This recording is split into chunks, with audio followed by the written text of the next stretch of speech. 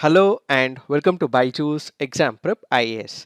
Before we start with our today's analysis, we have an announcement. Byju's Exam Prep IAS has officially launched its Telegram channel. All the current affairs related updates will be put up on this channel. What is that you have to do? Scan the QR code or the link will be given in the description box. It will take you to the Telegram channel and you have to join the channel to get all the current affairs related updates. Let's get started and look into the first article. The first article says the technology powering hybrid electrical vehicles. Let us try and understand what is this article all about.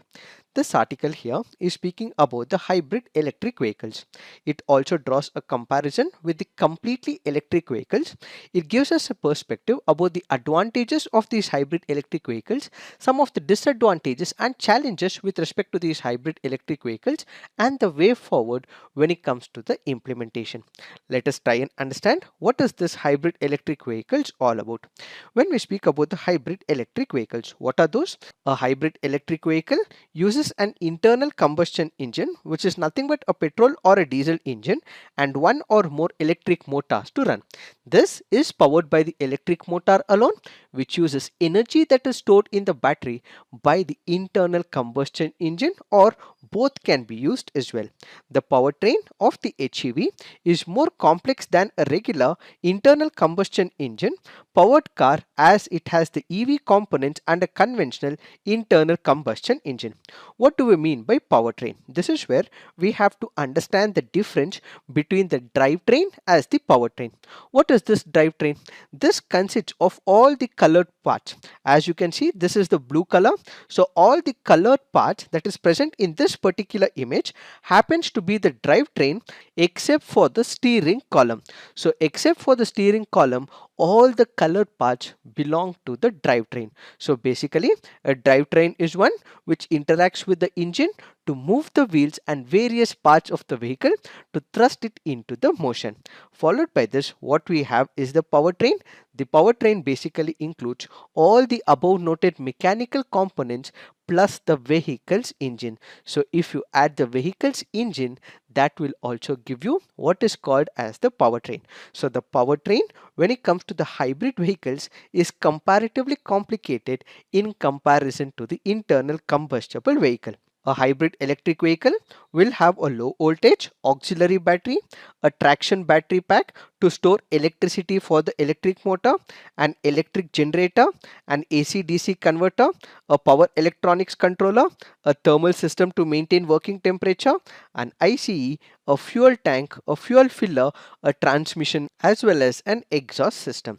So if we look into the hybrid electric vehicles, this is how it looks. These are the differences between the hybrid electric vehicle as well as the all electric vehicle, and some of the differences between the two includes, when we speak about the power or the fuel source in the hybrid cars, we have electricity and the fossil fuel as well, and when it comes to the electric car, it is electricity through the battery pack. When we speak about the engine, there is internal combustion engine as well as the electric motor. When it comes to the electric cars, it is only the electric motors. When it comes to the fuel efficiency, it is a combination of internal combustible engine and battery range. It only depends on the battery range. Emission levels high compared to the electric cars, level compared to ICE and hybrid cars, it is lower in comparison to the hybrid as well as the internal combustion engines. The price range similar to conventional ICE cars, and it is comparatively high. So if you compare hybrid cars and electric cars will be more costlier. The charging, it is not needed for the hybrid cars, but it is required for the electrical cars. These are some of the differences between the hybrid cars as well as the electric cars. What are the different types of hybrid electric vehicles we have? We have something called as the micro, mild as well as full hybrid vehicles. What are the differences? When it comes to the full, it will have a larger battery and a more powerful electronic motor compared with the mild HEV. Then when we speak about micro hybrids, they do not offer electric torque assistance as they lack the electric motor, but they have an idle stop-start system and energy management functions. But when we speak about full HEVs, they offer better fuel economy compared to other two types of HEVs, but they also cost more than them. These are some of the differences between the micro, mild as well as the full hybrid vehicles. Now if we speak about the advantages of using the hybrid technology, one is the cleaner emission. What do we understand by this? Compared to the internal combustion engine, hybrid cars employ both electric and the internal combustion engine. The result is reduction in the emissions and it is environmentally friendly. Then it has less fuel dependency. With an electronic motor to support the primary petrol engine, there is additional power available, hence there is less dependency on the fossil fuel. Fuel efficiency is also one of the major factors as to why people consider this car as well, and most of these vehicles with hybrid technology also offer better fuel efficiency, more power and also minimum emissions, as we discussed with respect to the first one. The design of the hybrid vehicles for reduced size engine and car weight as compared to the ICE vehicles translates into increased mileage to favor the demand for these vehicles. Then we have something called as the regenerative braking. What is this regenerative braking? Every time the brake is applied in a hybrid vehicle, the electric generator generates electricity and recharges the battery. This eliminates the need to stop the vehicle to charge the battery pack. Moreover, with the increase in the total power and torque, HEVs can deliver instant torque and provide high torque even at low speeds as well. They also help in creating local EV parts manufacturing ecosystem while simultaneously protecting the huge existing investments and jobs related to IC parts manufacturing, thus ensuring a faster and disruption-free technological transition. So whenever we are moving from one technology to another, what it will cause is a massive disruption, because we're moving from one sector to another, one area of expertise to another area of expertise. But since we are also making use of the ICE in the hybrid, the transition will not be that drastic, and what we will have is a gradual transition. These are some of the advantages of using the hybrid technology. But what are the challenges of the hybrid technology? In a price sensitive market like India, one of the major challenges for the hybrid electric vehicles is the high vehicle cost. Added to it, there is high maintenance cost as well, with several mechanical parts in the cars and with two sets of the engines powering the hybrids. The maintenance continue to be on the higher side. So more the maintenance, more will be the initial cost as well. And added to it, whenever we speak about these cars, what you have is wear and tear. And whenever there is wear and tear, you would also be able to go to the mechanics as well, where you would be able to spend very less. But when it comes to the hybrid cars, they might not know about it because it is advanced level mechanics, and as a result the maintenance cost once again increases. Battery, a vital component of the hybrid electric vehicle, increases the cost of the vehicle, making it pricier than the vehicles powered by the internal combustible engine, and the regenerative braking system also adds to the higher cost of the HUV. We did look at the advantage, but the regenerative braking system also is a costly one as well. And finally, we are making use of the battery in the hybrid, so battery disposal and recycling is another major challenge when it comes to the hybrid technology. These are some of the challenges when it comes to the hybrid electric vehicle. It is this that we have to understand with respect to this article. Now let's look into the next article. This article says the need for a distinction between blasphemy and hate speech. Let us try and understand what is this article all about. The article here is speaking about section 295A. Before we understand what is the section 295A, first let me reiterate that we do not have any blasphemy legislation in the country. What we have in favor of the blasphemy but not of blasphemy law is section 295A of the Indian Penal Code. Let us try and understand what is this when it comes to the Indian Penal Code. When we speak about the Indian Penal Code, we have chapter 25 which speaks about offences relating to the religion. These are the important sections which are used whenever there is violation of the religious tranquility. Section 295, injuring or defiling place of worship with intent to insult the religion of any class. What is the section all about? Let's say there is a temple, a mosque or a church or any other place of worship. If there is a person who goes to this particular place and destroys something, damages something, that is when section 295 immediately comes into picture. Then we have section 296, disturbing religious assembly.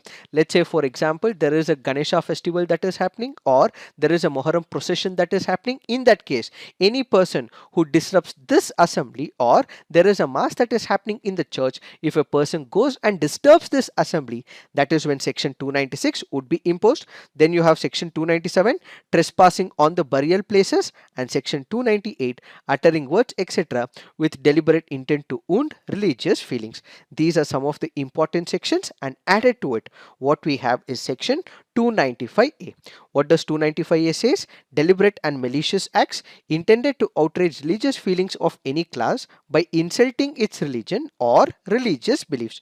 Whoever, with deliberate and malicious intention of outraging the religious feelings of any class of citizens of India by words, either spoken or written, or by signs or by visible representation or otherwise, insults or attempts to insult the religion or the religious beliefs of that class shall be punished with an imprisonment for either description for a term which may extend to 3 years or with fine or both. What do we mean by it? What is the history of 295A? This is where we have to go back to the 1920s. During the 1920s, we did not have this 295A. This was only introduced in the year 1927. So during the 1920s, what we had is a communally charged atmosphere in the northern part of India.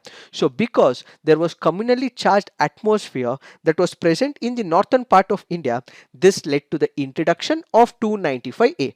Originally, when the Indian Penal Code was drafted in 1860s, it was not part of the Indian Penal Code, but because we had a hypersensitive society in 1920s, that is why this 295A was introduced into the Indian Penal Code.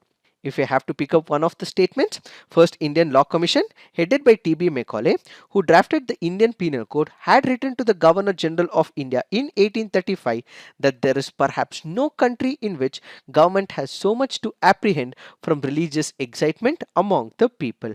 So the background to this introduction of 295A is what we call as the Rangila Rasool case. Let us try and understand what is this case law all about. The Rangila Rasool case is one of the cases where there was a Hindu publisher. This Hindu publisher had written an article on a pamphlet, and this was in reference to Prophet Muhammad. According to those people who alleged back then, they say that this Hindu pamphlet written by one of the publishers was insulting Prophet Muhammad back in the 1920s. As a result, what exactly happens? They go to the court of law. So they go to the court of law and they want this publisher to be thrown behind the bars. Why? Because he has insulted Prophet Muhammad, and at the same time it has also hurt their religious feelings as well. So this case goes to the Punjab and the Haryana High Court. The Punjab and Haryana High Court had a question: will it fall under section 153A? So the Punjab and Haryana High Court looked into it, and it gives a judgment that this particular pamphlet, which made criticism or it spoke oddly about Prophet Muhammad, did not fall under section 153A. Why did it not fall under 153A? That is because when you consider the religion, back then we did not have 295A. What we had was only section 153A. If you are considering section 153A, it was speaking about religious groups, it was speaking about conflict between the religious groups, but in this particular case, the viewpoint of the judges in the Punjab and Haryana High Court was it spoke about the personality of religion and not religion per se. So if you are targeting the religious figures, it does not fall under section 153A, as it is not speaking about religion, but it is speaking about individual, a personality, a religious figure belonging to the religion. So it is religion, then 153A immediately applies, but it is speaking about an individual, so it is not religion per se, but an individual. So this means that 153A does not apply, says the Punjab and Haryana High Court. Further, there was an other publication as well, and then it goes to the Lahore High Court, and the Lahore High Court says that yes, this does fall under section 153A. So we have the Punjab and Haryana High Court which said it does not fall under 153A, but Lahore High Court says yes, it falls under section 153A. So what they had is conflicting judgments. In order to avoid it, there was a lot of debate that was taken up, and then what we have is the introduction of 295A. So originally they only had 153A, but eventually, because of all these instances, because of the Rangila Rasool case, what we had is the introduction of this Indian Penal Code section, which is 295A. So ultimately 295A was introduced into the Indian Penal Code. This happened back in the 1920s, and after that, after we became independent, this particular question was asked in the Supreme Court of India in the independent India. So Supreme Court of India looks into this particular case in the Ramji Lal Modi versus the state of Uttar Pradesh. Multiple petitions were filed. Supreme Court had to investigate whether this is constitutionally right or wrong. The Supreme Court looks into it and it says yes, it is required even for the independent India, because it was brought into picture as a form of public order. So in order to control the public, in order to make sure that there is public order in the society, this was introduced, says the Supreme Court of India. So when you consider Article 19, there are reasonable restrictions as well. Reasonable restrictions also include public order. So basically, in order to make sure that there are reasonable restrictions as part of the freedom of speech and expression, the Supreme Court of India clearly goes on to say that yes, it is constitutional and needs to be present as part of the Indian Penal Code, where it is a reasonable restriction under the fundamental right. So a person cannot speak anything and everything. There are reasonable restrictions in order to maintain the tranquility in the society as a part of public order. This needs to be taken up, says the Supreme Court of India. In 1960, we had another landmark judgment by the Supreme Court in Baba Khalil Ahmad versus the state of Uttar Pradesh. In this case, the Supreme Court said that the malicious intent of the accused can be determined not just from the speech in question, but also from external sources, external actions, how he has interacted, what is his conduct after this case, after he's spoken. All this will have to be taken into picture, says the Supreme Court of India in Baba Khalil Ahmad versus the state of Uttar Pradesh. And finally, in the year 2011, the Supreme Court concluded that only speech that amounts to incitement to impending and unlawful action can be punished. That is, the state must meet a very high bar before using public disturbance as a justification for suppressing the expression, says the Supreme Court of India. And if we speak about the creation of Section 295A, it is nothing but it has placed reasonable restriction, whereas the person has the right to freedom of speech and expression, but as long as he does not offend or harm the religious sentiments of any other group. So this clearly points out you have the freedom of speech, go ahead, speak whatever you want, but this has to be in line with the restriction or the exemption given under Article 19. And do note, this happens to be a cognizable offense whereby the police can arrest the alleged perpetrator without obtaining any permission from the magistrate. Now, if we have to consider the statistics, as per the data given by the National Crime Records Bureau, there have been a huge increase in the cases registered promoting hate speech and fostering animosity in society. The data reached, while there were only 323 cases registered in 2014, it had increased to 1,814 cases in 2020. Now the question is, how should one deal with the incidents of blasphemy? So this article currently goes on to say the only feasible solution that stands on the thin line of protection of faith and questioning the hate speech should be keeping the blasphemy in the statutes but decriminalizing it, says the author. So blasphemy laws which prohibit religious criticism are incompatible with the principles of democratic society, but it has to be present in the law so that people don't speak about it, but it should be in a decriminalizing nature, says the author. It is this that we have to understand with respect to this article. Now let's look into the next article. This article says bringing Eurasia closer. The article here is speaking about International North-South Transport Corridor. Let us try and understand what is this International North-South Transport Corridor.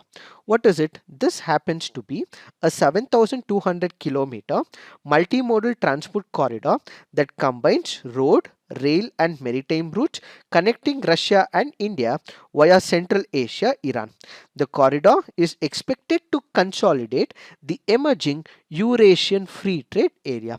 Why was this introduced in the first place? That is because if you look into the map earlier, what was happening? If something had to be transported from Russia to India, it had to start from St. Petersburg, go all the way into the Baltic Sea, North Sea, and then enter into the Suez Canal and ultimately reach Mumbai. This was a costly affair. There was also a lot of time consumption as well. This basically meant reaching St. Petersburg in Russia and Eastern Europe through the Baltic Sea used to be an expensive and time consuming process. In order to overcome this, they found out an alternative path where they will be coming through the Central Asia and eventually they land in Iran, and from Iran, Bandar Abbas port, they will eventually reach Mumbai. So in order to save the time as well as the cost, they came up with this Eurasian trade agreement. So what is the objective of it? The earlier trade route connecting India and Russia was through the Suez Canal. Hence the major objective of INSCT corridor was to reduce the time taken, cost incurred and increase connectivity between major cities like Mumbai, Moscow, Astrakhan, Baku, Tehran, Bandar Abbas and Bandar Banjali, which are the founding member states of INSTC. Russia, India and Iran are the founding member states of INSTC. The agreement was signed in 2002. Which are the countries part of it? India, Iran, Russia, Azerbaijan, Armenia, Kazakhstan, Belarus, Tajikistan, Kyrgyzstan, Oman, Turkey, Syria as well as Ukraine. These are the countries which are part of this initiative. Now if we look into what India has done to make this corridor successful, India's investment in the INSTC is exemplified by its involvement in Iran's Chabahar port and the construction of 500-kilometer Chabahar-Zahedan railway line. The India Ports Global Limited, a joint venture between Jawaharlal Nehru Port Trust and Kandla Port Trust, will develop this port along with Iran's Area Baneda. Irkan International will contribute to constructing the railway line. On one side, we are constructing the port, we are constructing the railway line. A special economic zone around the Chabahar will offer Indian companies the opportunities to set up a range of industries. For example, Nalco proposes to set up aluminium smelter as well. Lines of credit will also be extended to Iran by the Exim Bank. These are some of the initiatives that have been taken by India as part of the INSTC. So what are the advantages because of this initiative? The first advantage is we would be able to bypass Pakistan. If we have to make sure that we export anything to Central Asia or to Afghanistan or to Russia, the easiest path or the simplest path is to travel via Pakistan. But we know for the fact that we do not have good relationship with Pakistan. So bypassing Pakistan from Iran, making use of the Chabahar port and then the railway line, we would be able to connect to Afghanistan and we would also be able to connect to Central Asia as well. So the first advantage is we do not have to speak to Pakistan right now and we would be able to make all the exports to Afghanistan, Iran and other Central Asian countries and eventually reach Russia. Then we have China, which has come up with the Belt and the Road Initiative. With the Belt and the Road Initiative, China is able to connect east to the west. But with this particular initiative, we would be able to connect north to the south. So this will be an advantage for India. So India's founding role in INSTC helps that India would be able to connect to all these countries. There are about 13 countries which are part of this initiative. So India would be able to interact them and at the same time it can also be an opposition to China's One Belt One Road initiative. This will also increase the collaboration with Russia, Iran and Central Asian Republic. We will have more cooperation with these countries as well and we would also be able to make import and exports.